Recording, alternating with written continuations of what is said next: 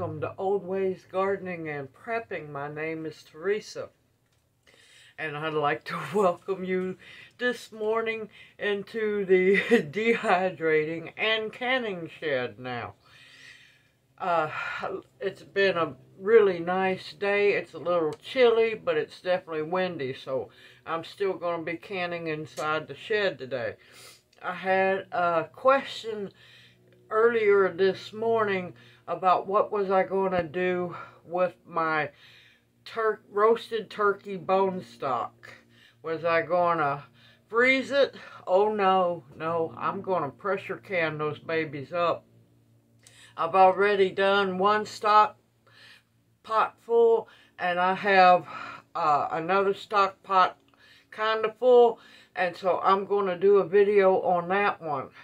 So unfortunately, you have to pressure can any stock, and especially bone stock.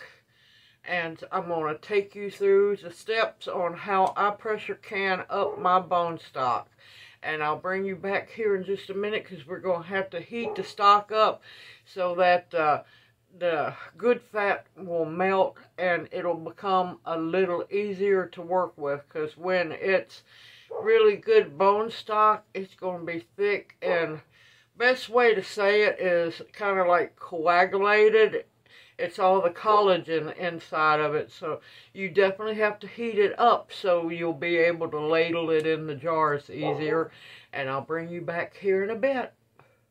Okay, I have my roasted turkey bone stock heating up, and you can see how thick it is. I want to get this fat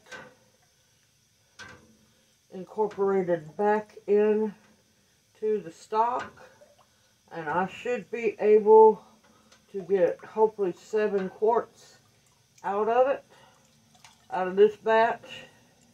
I got a little bit more out of the last one, and I want to bring this up so that it's easier to ladle into the jars and the fat is dispersed within the stock. And yes, you want some fat in your stock, because this is nutritious fat. It's not the bad fat. I've already skimmed a lot of that off,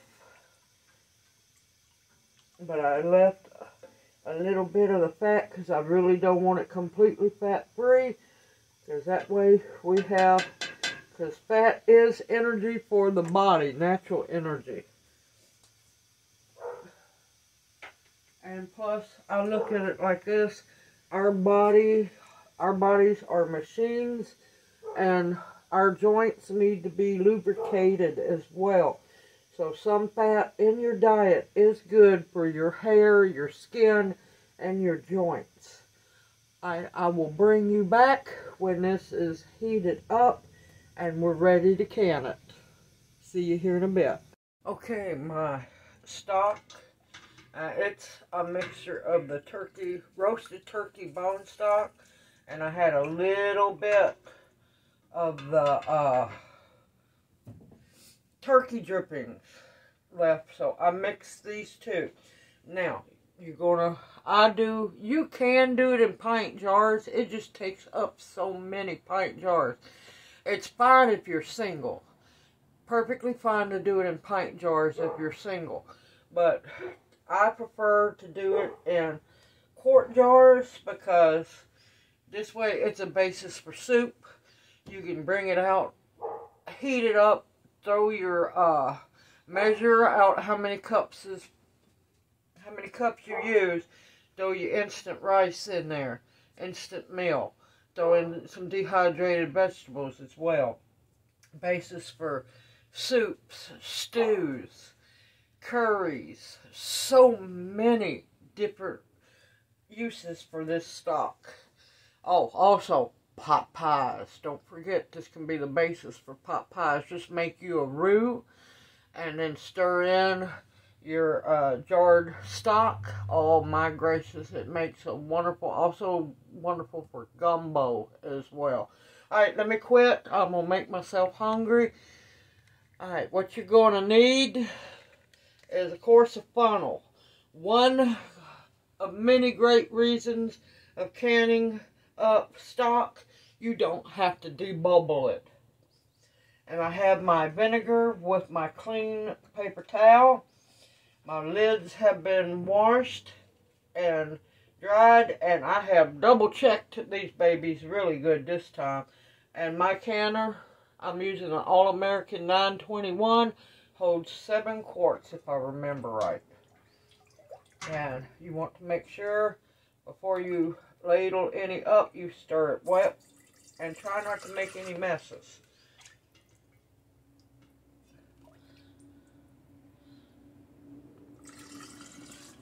Now personally, since I did not add any salt when I was making my stock, I'm going to add a teaspoon of pink Himalayan salt to my jar. It will dissolve because the stock's really warm. So are my jars, but it will definitely dissolve while it's being processed. And another good thing about pressure canning stock up, it doesn't take long at all. And as you can see, this is good, rich, healthy stock. And it's going to make a big difference in your dishes.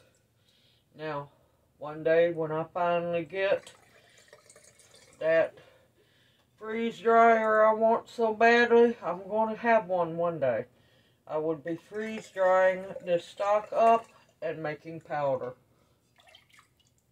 But until then,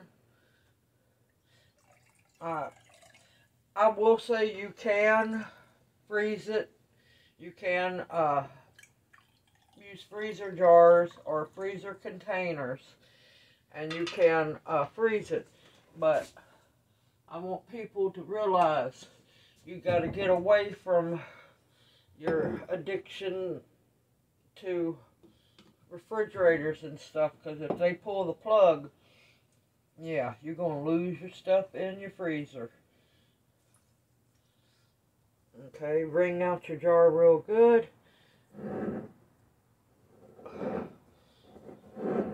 Make sure you wipe that rim, the rim very well.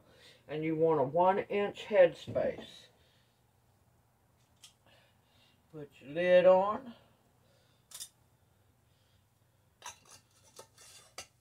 Put your band on just finger tight. And look at that beautiful, thick, let's see, can I get it to focus? There we go. Thick, rich, you can't see through stock. Wonderful. Now I'm going to put it in the canner.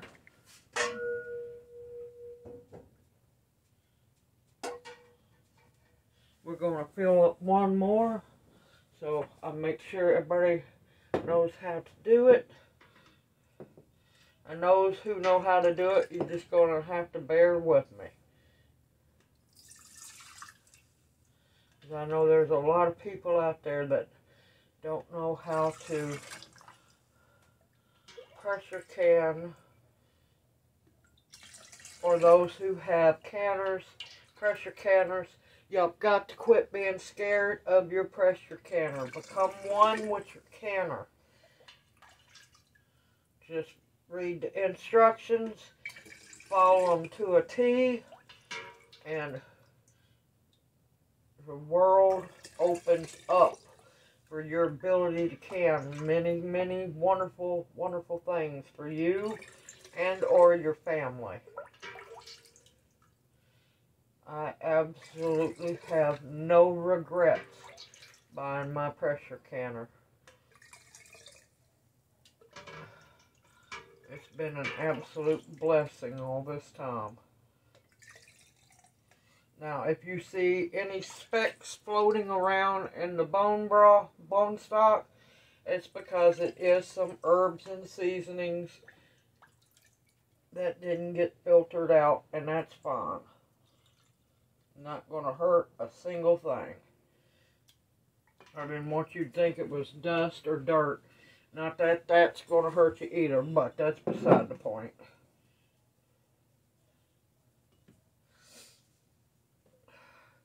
And each time use a separate side of your vinegar soaked rag.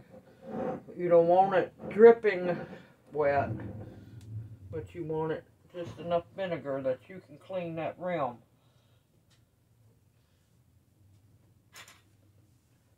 Because fat will keep your lids from sealing. Just finger tight, 1 inch head space, and to the canner it goes.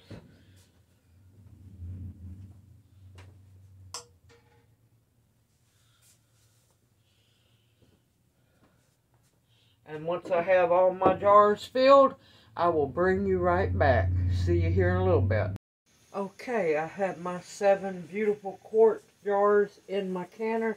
I have my fire on medium, a low high. I don't want it too high because I want to bring this up to temp slowly. You always wipe your rim, make sure that it's dry, and I only use olive oil. But that's just my preference because I don't want no chance of no Vaseline getting into my food. That's a nasty, nasty thought. But with a 921 and All-American, you oil your rim, and that's a blessing because you don't have to worry about rubber seals or anything. That's another reason why I bought this canner. I don't like to have to worry about rubber seals. You want to line up your arrow with the notch, and you start on opposite sides, barely snug.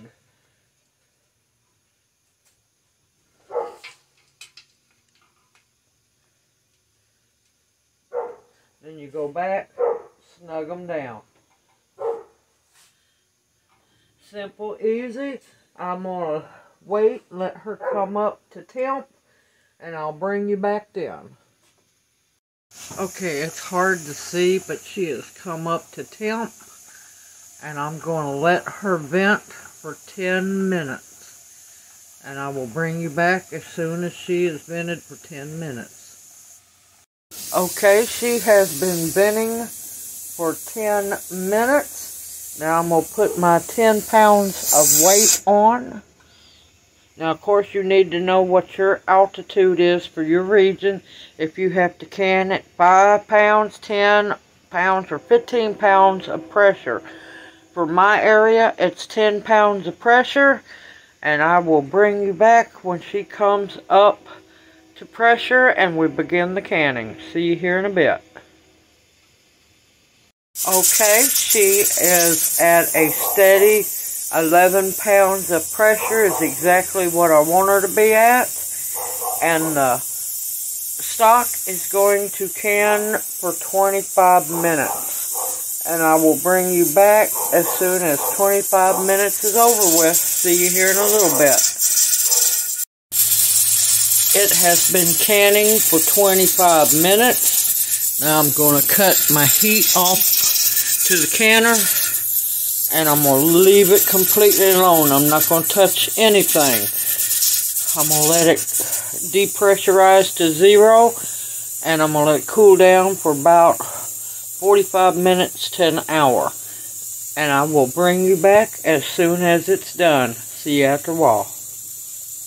Okay, she has completely depressurized, and she's been resting for an hour.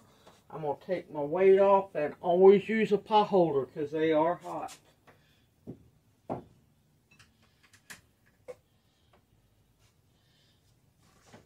Alright, we're going to open her up if my hands will let me.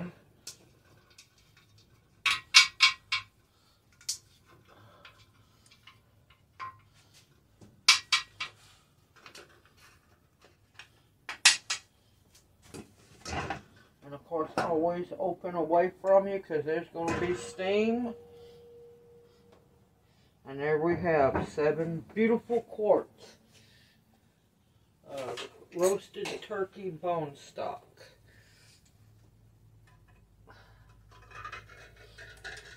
Seven beautiful, rich quarts.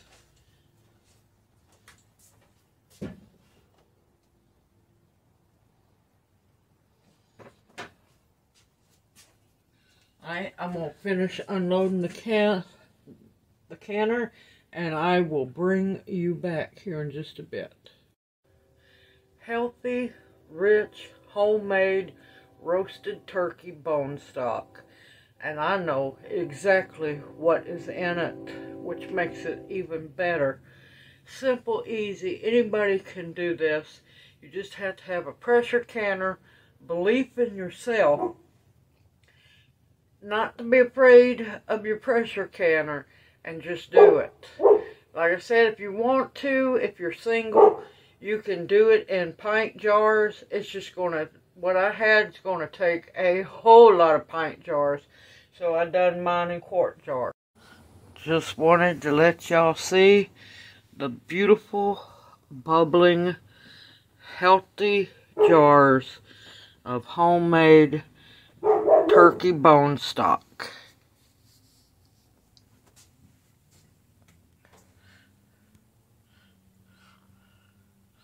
Truly beautiful. And very, very hot.